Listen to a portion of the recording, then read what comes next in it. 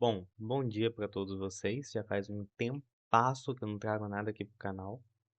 Fiz o vídeo em janeiro falando sobre a minha RTX 5050, minha nova placa de vídeo. E aí eu sumi. Falei, ficava muito tempo. Nossa, tem que gravar vídeo pro canal. Não gravava. Nossa, tem que gravar vídeo pro canal. Não gravava. Ignoro talvez um ruído que esteja de fundo de alguém batendo alguma coisa. E aí eu tava enrolando, enrolando, enrolando. E nesse meio tempo eu fui jogando várias coisas. E aí eu pensei, pô, tô um tempão sem trazer vídeo pro canal. Vou trazer como se fosse uma review da RTX 5050, mas ao mesmo tempo também falar de alguns jogos que eu joguei nesse meio tempo aí, nesses 5 meses de RTX 5050. Então, o vídeo é sobre isso hoje, né? Queria comentar só o que eu joguei, o que eu tô jogando, ou o que eu talvez tenha dropado nesse meio do caminho.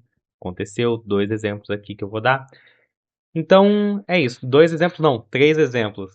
Já vou falar aqui, mas eu vou começar pelos jogos que eu estou jogando no momento. E esses são três. No momento, eu estou jogando o novo Forza Horizon 6. Eu estou adorando esse jogo. Acabei de fazer a corrida contra aquele robô gigante. Foi uma das melhores coisas que eu experienciei jogando videogame. Então, quem tava na dúvida ainda de comprar o jogo ou assinar o Game Pass só pra jogar, só joga. Só joga, é incrível. Vai sair pra PS5 depois, né? Microsoft aí desistiu de fazer exclusivo, aparentemente.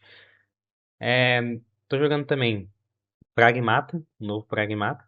Eu esqueci de pegar quantas horas eu fiz até agora. Só que eu acabei de fazer. Nossa, cara, eu fugiu totalmente da minha cabeça. Eu acabei de chegar naquela parte que você encontra oito. E nessa parte aí. Encontra oito, você tira ela da onde ela tá presa e acontece um monte de coisa que já vai ser muito spoiler. E eu estou jogando também um jogo indie brasileiro chamado Motor Slice. Recomendo muito. Como se fosse um Shadow of the Colossus, mas também ele tem muito parkour que nem Mirror's Edge. Tem esse visual low poly aí que me encantou completamente. Então é um jogo que eu recomendo, ainda mais por ser feito, né, por um estúdio brasileiro. Duas pessoas fizeram o jogo. Então, não tem erro. Só joga. Ele tem um ritmo mais lento, porque, né, ele é muito inspirado em Shadow of the Colossus, então a maior parte do tempo você vai andar e andar e andar, mas tem um parkour dele que é muito legal de se fazer, né? Enfim, agora falando sobre os jogos que eu joguei. Joguei bastante Resident Evil. Resident Evil era uma franquia que eu queria jogar por muito tempo, assim, né? Eu era criancinha, mas não tinha onde rodar o Resident Evil. Ou também não tinha dinheiro para comprar algum Resident Evil ali. E agora que chegou a placa, falei, agora eu vou jogar essa franquia pra valer. Joguei o 2 Remake, 4 Remake, 7, 8 e o Hacking. Pretendo jogar todos a saga principal? Não, não sou o David Jones. Mas dentre esses, o meu favorito. Ó, vou falar o meu favorito de coração. O meu favorito de coração ele é o Hacking. Mas o meu favorito em termos técnicos e tudo mais, o que eu também sempre quis jogar, é o 2 Remake. Então eu tenho um carinho muito especial pelo 2 Remake. Eu só fiz a campanha do Leon, na campanha da Claire eu já falei, vou ter que explorar isso aqui de novo. Eu sei que não é de novo mesmo, muda muitas coisas na delegacia, mas eu acabei passando pra próxima, né? Que foi jogar o Resident Evil 4, mais a DLC do Separate Ways. Bom pra caralho, bom pra caralho. Acho que falar bem de Resident Evil 4, principalmente remake, é meio chovendo molhado. Então vou pular isso aqui rapidinho. E joguei Resident Evil 7 e 8, né? Fazer justiça aqui, porque Ethan Winters é sim um protagonista legal, eu pelo menos acho. Muita gente às vezes não gosta de Resident Evil 7, principalmente do 8, por causa do Ethan, porque ele é um protagonista, principalmente no 7 ele é meio sem sal. No 8 ele ganha um pouquinho mais de personalidade, mas ainda assim eu gosto muito dele e eu gosto muito também do 7 e do 8, tá?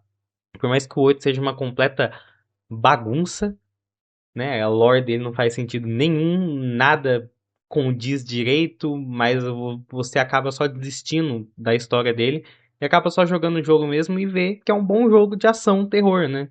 Principalmente na parte do bebê, que, pelo amor de Deus, eu tava jogando isso com vários amigos meus em chamada, eu tava transmitindo a tela, eu estava desesperado.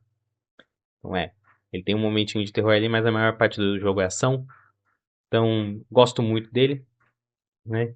A galera fala aí que não gosta, mas às vezes nem jogou até o final, ou só ficou com aquela visão muito tipo, ah, isso aqui tem que ser um Resident Evil, tem que fazer total sentido com Resident Evil. Eu só levei esse jogo na galhofa mesmo. Só levei esse jogo na galhofa. Aí, terminando o Resident Evil, né, de falar que quais que eu joguei, fui pro Silent Hill 2, que pra mim é a melhor experiência de terror que eu já tive. Tirando o fato de que esse jogo é extremamente mal otimizado. Jogando no baixo, ele dava muita queda de FPS, mas muita queda de FPS mesmo, principalmente nas áreas que era na cidade, assim, pelas ruas, você do lado de fora dos prédios, enfim, caía muito quadro. Eu tive que instalar alguns mods aí pra fazer o jogo rodar melhor. E aí sim pude rodar o jogo num gráfico melhor, porque reduziu a quantidade de stuttering absurda que esse jogo tem. E aí sim foi perfeito. Perfeito. Não, acho que não tem erro com esse jogo aí. Principalmente que ele, né, pra quem tá jogando no PlayStation 5, ele tá na Plus. Eu acho que ele tá na Plus, não sei, vou confirmar aí. E jogaço. Não tem erro Silent Hill 2 Remake. Eu quero jogar os outros Silent Hill, só que aí eu fui jogar o Silent Hill F. E esse foi um dos jogos que eu dropei. Porque o Silent Hill F, pra mim, ele não dá medo. Quando você pega uma arma na mão, o jogo te introduz a um combate praticamente Souls-like, você já não tem mais medo das criaturas. Você tá sendo toda hora bombardeado com criatura ali na sua cara, só que você é o Rambo. Você é o Rambo, você pega o cano na mão e começa a soltar a porrada no bicho ali. Ele vai bater em você, não se preocupa, desvia. Silent Hill 2 Remake tem um desvio sim, tem um combate aprofundado, mas ainda assim tomei muito dano naquele jogo. Mas no F não.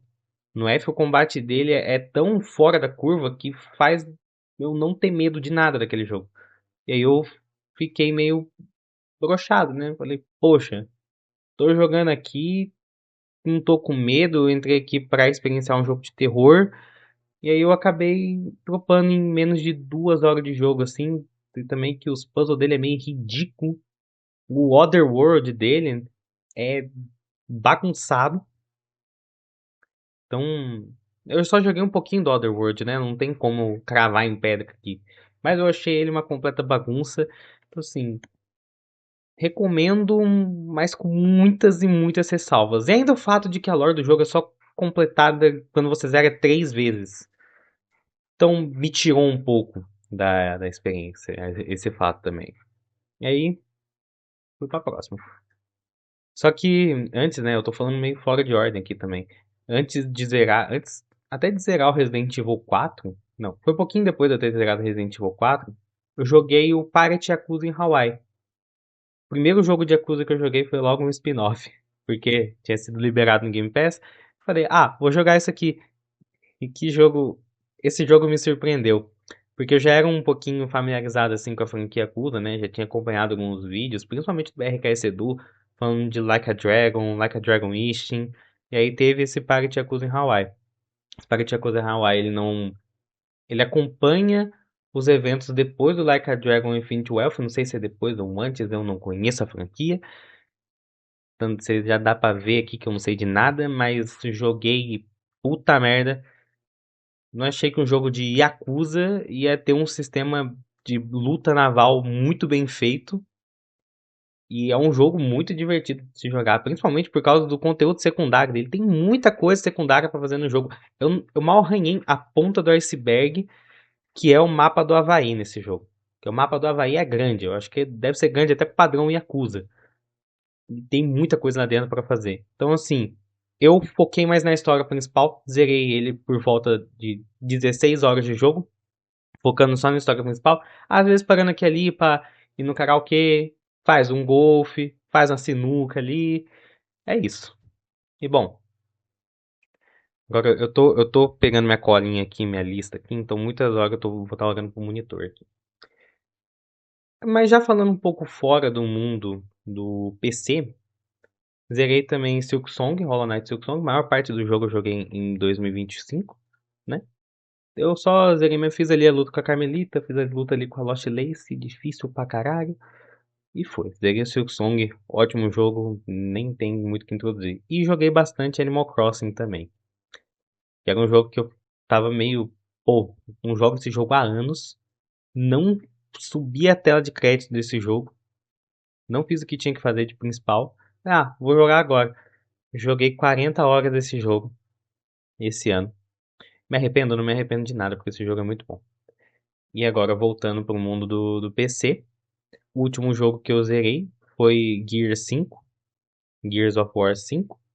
Que me mostrou, né? O Forza Horizon 6 e o Gears 5 me mostram que a Microsoft tem sim capacidade de fazer bons jogos, tem sim capacidade de entregar bons exclusivos, só que por decisões extremamente ruins, como a campanha do This Is an Xbox, é, a- né, você tirar os exclusivos do seu console, focar única e exclusivamente no Game Pass, acabou enfraquecendo a marca. Ainda também que teve um aumento do Game Pass, o que foi lá embaixo.